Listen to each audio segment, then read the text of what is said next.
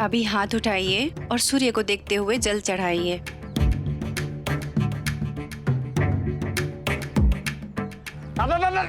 भीमराव, रुक! थोड़ी देर बाद नहीं निकल सकत रहे। अब देख रहे हो ना कि हम सब यहाँ पूजा कर रहे हैं। तुझे पता नहीं है क्या प्रचंड देव जी ने क्या कहा था? छोटी जात की परछाई भी हमें भ्रष्ट कर सकती है। तू हट जा। अरे भाऊ, ये भीमराव तो हमारे खिलाफ है ना, और ये जैसा है वैसा ही तो चाहेगा कि हम धर्म कर्म ना करें। किसने कहा कि मैं आप सबके खिलाफ हूँ? और मैं धर्म कर्म या पूजा के भी खिलाफ नहीं हूँ। ये पूजा धर्म ये सब जब तक अपने मन की शांति और अपने आप को बल देने के लिए है तब तक ये सही है। अभी आप जो करने जा रहे हैं, ये पानी सूरज को चढ़ा रहे हैं, उससे क्या होगा? उससे सूरज की किरणें परिवर्तित होकर आपके आंखों तक पहुंचेगी। इसलिए वैज्ञानिक दृष्टि से देखें तब भी आप सही कर रहे हैं। इसलिए ये तो आपको करना ही चाहिए। तो ऐसा बिल्कुल भी मत सोचिए कि भीमराव हर बार आपके खिलाफ होता है। और सवाल रहा कि ये घर से थोड़ी देर बाद निकलते, तो कल से आप सब लोग ये थोड़ा पहले शुरू कर लीजिएगा। अब अपना काम कीजिए, अपना काम करेंगे। रमा, शांत रहो। आप ये सब कीजिए, मैं आपके रास्ते से हट जाता हूँ। चलो चलो चलो भाई, सूर्य को जल चढ़ाएं।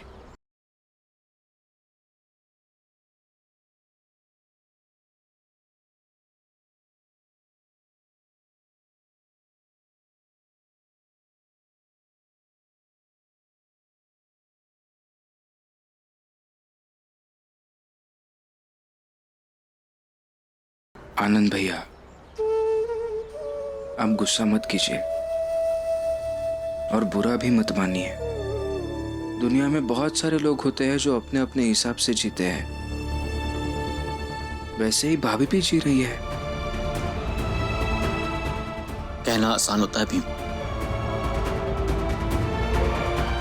लक्ष्मी मेरी पत्नी होकर भी मेरा साथ नहीं दे रही है, हमारे परिवार का साथ नहीं दे रही है, तो बुरा तो लगेगा ना भीम, और गुस्सा भी आएगा।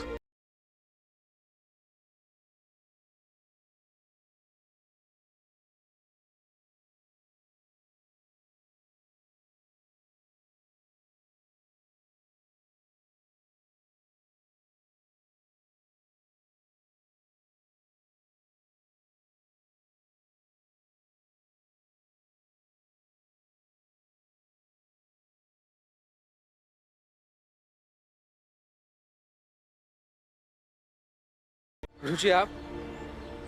तुम्हारे लिए कुछ लाया हूं। क्या है? उसे छोड़ दो यहीं पे और आओ मेरे साथ। आओ।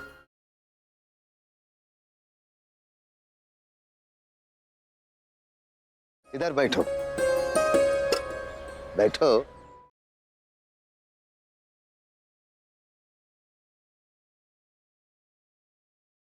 गुरुजी, क्या लाया है आपने? आज मेरी पत्नी ने हलवा बनाया है, तो तुम्हारे लिए भी भेजा है। लो।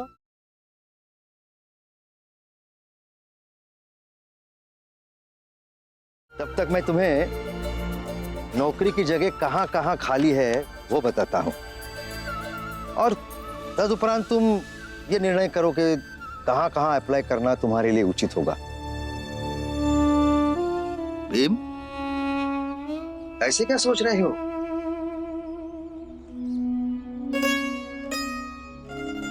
रमा के लिए भी मेरी पत्नी ने हलवा का डिब्बा भेजा है,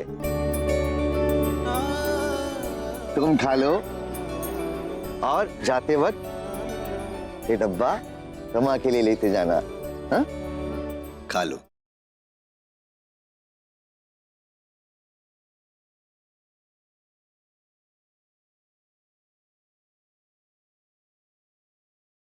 हलवा बहुत अच्छा बना है गुरुजी। खाओ खाओ।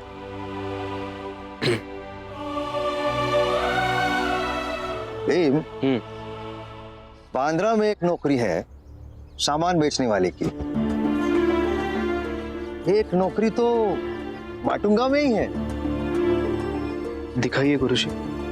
ये देख लो, देख लो।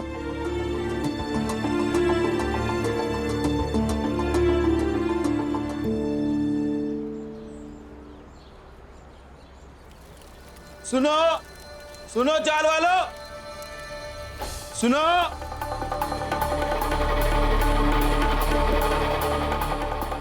प्रचंड देव जी ने तुम में से कुछ लोगों को घर बुलाया है, कुछ काम है, चलो। लेकिन भाऊ, हम तो काम पर जाने वाले हैं, शाम को आए तो चलेगा? अरे कैसे आदमी हो, उन्होंने तुम्हारी जात ऊंची कर दी, सम्मान दिलाया, हैसियत दिलाई कि मिठाई वाला भी अब तुम्हारे चाल में आकर मिठाई बेचने लगा है। और तो और लोगों में ये बातें फैल गई है कि इस चाल में भी अब इज्जतदार लोग रहते। ये सब किसके कारण हुआ? प्रचंड देव जी के कारण। एकदम सही कह रहे हैं भाऊ। बाकी काम बाद में, पहले चलते हैं। सही बात है, उन्होंने हमारा सम्मान बढ़ाया है, समाज में जीने का अधिकार दिया है, तो उनके आदेश का तो पालन करना ही चाहिए। सही कह रहे हो भाऊ। चलो चलो, हम लोग चलते हैं। चलो चलो। गुरुजी, मैं इन सभी जगहों पर अप्लाई करूंगा, लेकिन गुरुजी मुझे काम मिलेगा या नहीं मिलेगा, इसके बीच मेरी जात भी तो आती है ना। सिर्फ यही नहीं, तेरी काम करने की नीयत भी तो है।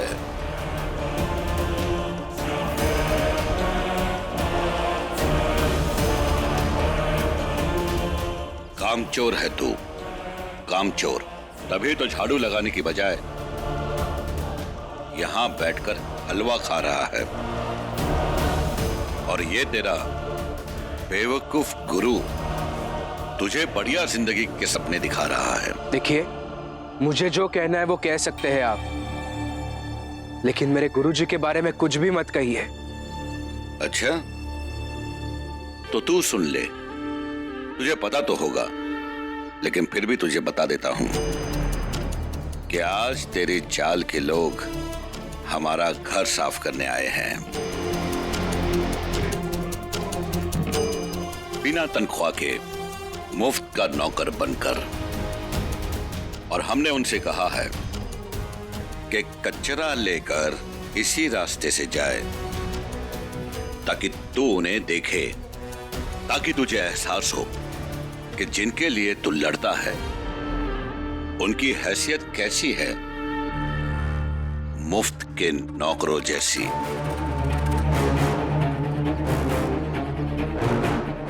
देख उधर और अच्छे से देख और सोच।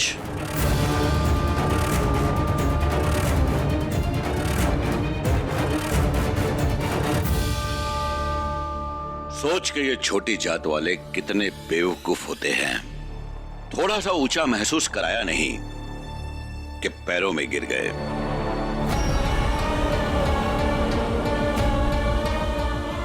वो भी तेरे सामने, और ये इनके साथ हमेशा होता रहेगा, और तू कुछ भी नहीं कर पाएगा भीमराव।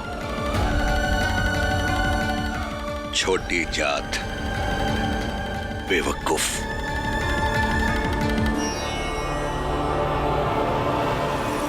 प्रणाम मालिक। प्रणाम मालिक।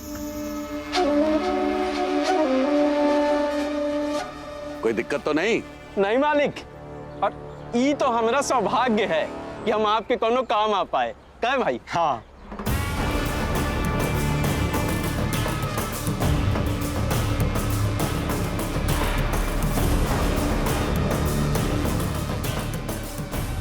तुम छोटी जात वालों को खुद को सौभाग्यशाली समझना चाहिए कि ईश्वर ने तुम लोगों को धरती पर हम बड़ी जात वालों की सेवा करने के लिए भेजा है। यही तुम्हारे जीवन का सार है। इसे समझ जाओ तो अच्छा, वरना हम समझा देंगे। और ये तेरा गुरु, ये तुझे जो कुछ भी कहता है ना, उसे कुछ होने वाला नहीं है। चलो हम चलते हैं। तेरी चाल वालों से पूरा दिन काम जो करवाना है। प्रचंड देव जी,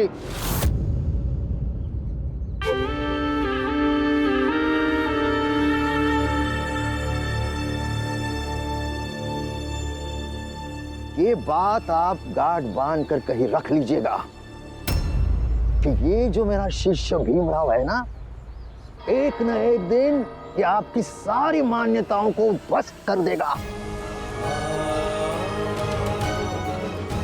और एक बार इनकी जात वालों को ये विश्वास हो जाए कि आपकी सारी मान्यताएं टूट सकती है, फिर बचा के रखिएगा आपके जाति बोध को।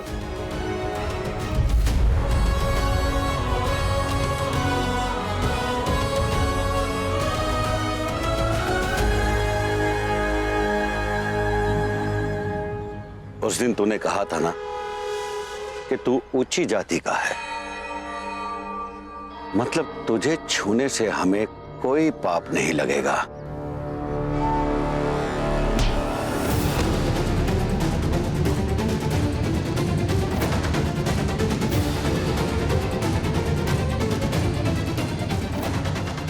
खुद को संभालने की औकात तो है नहीं और हमारी मान्यताओं को अपने शिष्य से ध्वस्त कराने की बात करता है।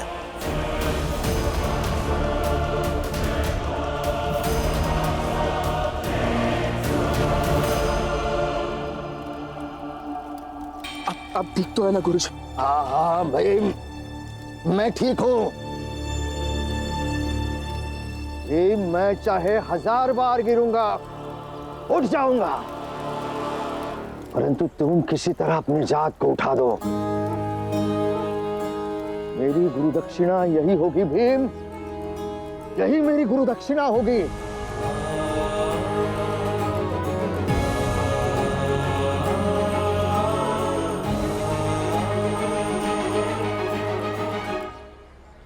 अभी तो खेल शुरू हुआ है।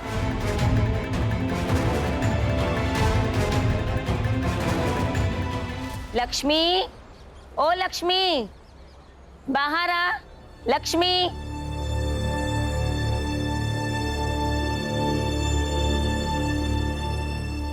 प्रणाम। खुश रहो। आप यहाँ क्या हुआ? तू पेट से है ना, इसलिए मैं तेरे लिए कुछ फल लेकर आई हूँ, ताकि तू और तेरा बच्चा उन्हें खाकर हमेशा स्वस्थ रहे।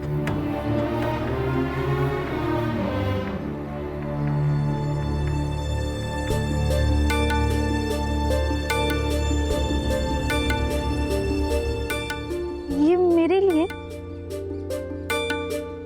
धन्यवाद, आपने मेरे बारे में इतना सोचा, मेरा ख्याल रखा। अब शुद्धिकरण होने के बाद तेरी जाति इतनी ऊंची तो हो गई है ना कि तेरे लिए कुछ भी करके मुझे खुशी मिले, इसीलिए तेरे लिए फल लेकर आई। अच्छा सुन, ये फल अंदर रख के आ, मुझे कुछ काम है, मेरे साथ चल। जा जल्दी। जी अभी आई। जल्दी आ जा, बहुत जरूरी काम है।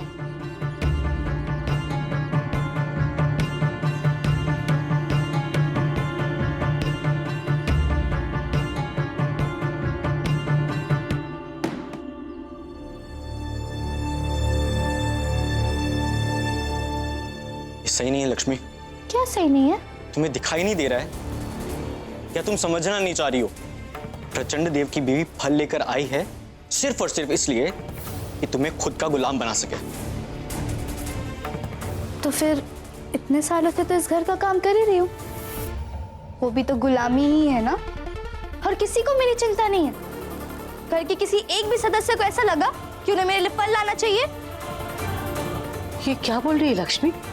जब भी मुझे मौका मिला है और जब भी मेरे पास कुछ पैसे बचे हैं, मैं तेरे लिए हमेशा नारियल पानी लाई हूँ और प्यार की तो कमी कभी नहीं होने दी ना।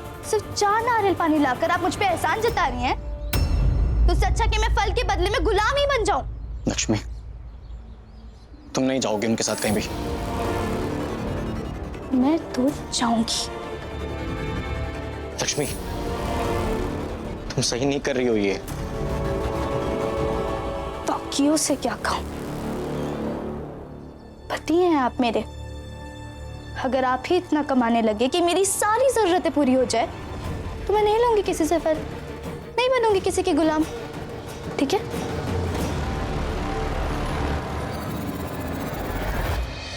खुद के स्वार्थ में इतनी हदें पार मत करो कि तुम्हारा पति तुम्हारे सामने कमजोर होकर टूट जाए। मैंने भी हमेशा से यही चाहा है कि आप कभी कमजोर ना पड़े, लेकिन चाहने से क्या होता है?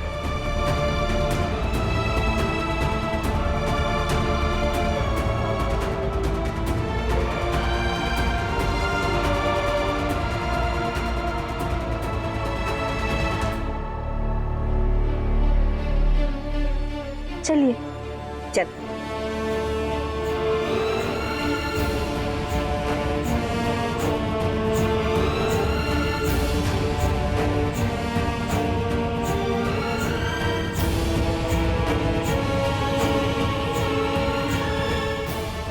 आनंद, मन पर ये बात मत ले। हर रिश्ते में ऐसा कठिन समय आता है जिसका तुझे समझदारी से सामना करना होगा। बुआ मैं काम पर जाता हूँ। कुछ खा कर तो जा बेटा। आनंद,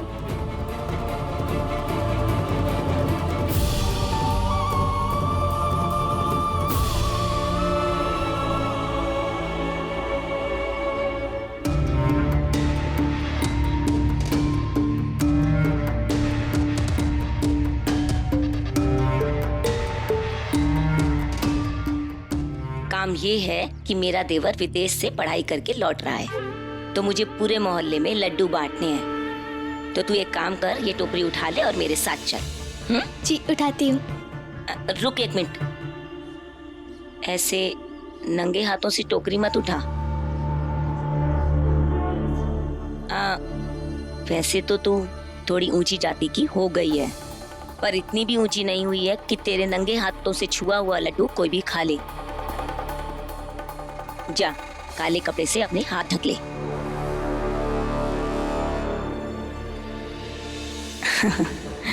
कितनी बेवकूफ है ये, एक डलिया फल के लिए मेरी गुलाम बन गई।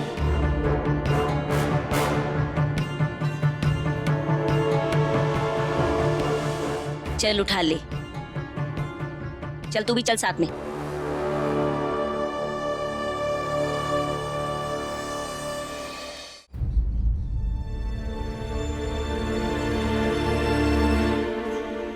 गुरुजी, बाकी सब जगह नौकरी के लिए आवेदन जमा कर दिया है, एक जगह बची है, वहां जाके देते हैं। ठीक है, चलो चलिए।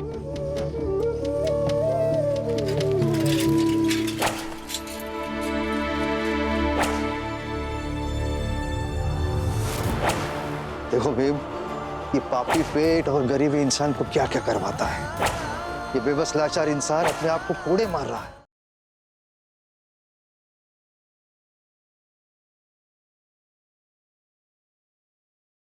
प्रचंड देव की बीवी फल लेकर आई है सिर्फ और सिर्फ इसलिए कि तुम्हें खुद का गुलाम बना सके। इतने सालों से तो इस घर का काम कर ही रही हूँ, वो भी तो गुलामी ही है ना। पति हैं आप मेरे, अगर आप ही इतना कमाने लगे कि मेरी सारी जरूरतें पूरी हो जाए तो मैं नहीं लूंगी किसी से, फिर नहीं बनूंगी किसी की गुलाम।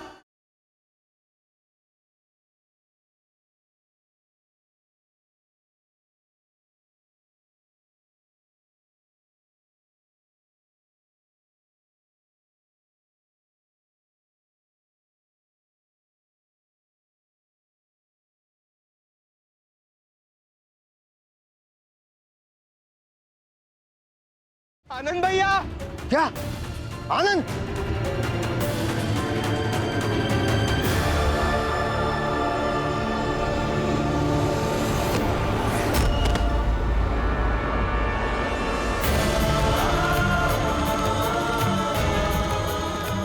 आनंद भैया! आनंद भैया क्या हुआ? आनंद